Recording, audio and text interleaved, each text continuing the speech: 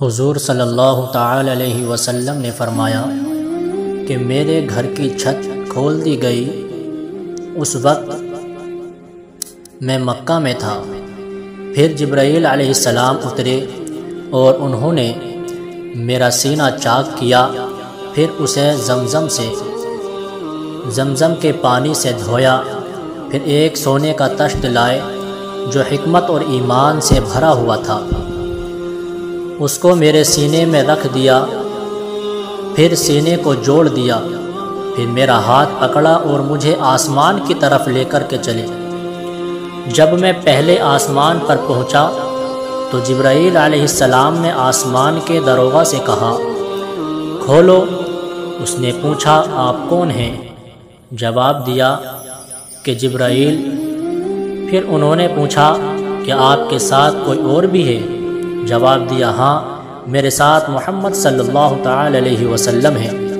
انہوں نے پوچھا کہ کیا ان کے بلانے کے لیے آپ کو بھیجا گیا تھا؟ کہا، جی ہاں۔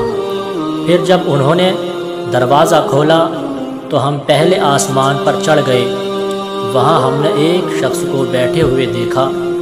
ان کے داہنی طرف کچھ لوگوں کے جھنڈ تھے اور کچھ جھنڈ بائیں طرف تھے۔ جب وہ اپنی داہنی طرف دیکھتے تو مسکراتے اور جب بائیں طرف نظر کرتے تو روتے۔ انہوں نے مجھے دیکھ کر فرمایا، آؤ، اچھے آئے ہو، صالح نبی اور صالح بیٹے۔ میں نے جبرائیل علیہ السلام سے پوچھا، یہ کون ہیں؟ انہوں نے کہا کہ یہ آدم علیہ السلام ہیں، اور ان کے دائیں بائیں جو جھنڈ ہیں یہ ان کے بیٹوں کی روحیں ہیں۔ جو جھنڈ دائیں طرف ہیں وہ جنتی ہیں، اور بائیں طرف کے جھنڈ دوزخی روحیں ہیں۔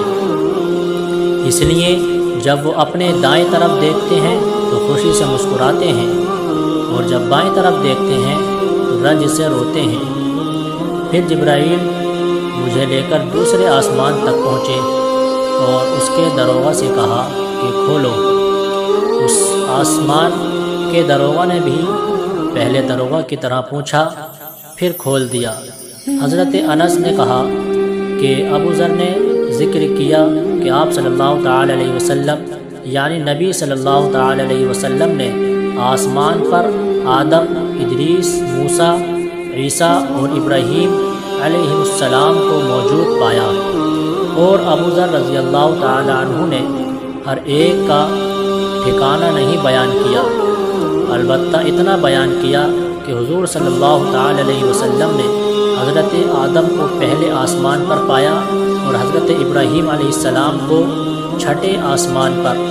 انس نے بیان کیا کہ جب جبرائیل علیہ السلام نبی کریم صلی اللہ تعالی علیہ وسلم کے ساتھ ادریس علیہ السلام پر گزرے تو انہوں نے فرمایا کہ آؤ، اچھے آئے ہو، صالح نبی اور صالح بھائی۔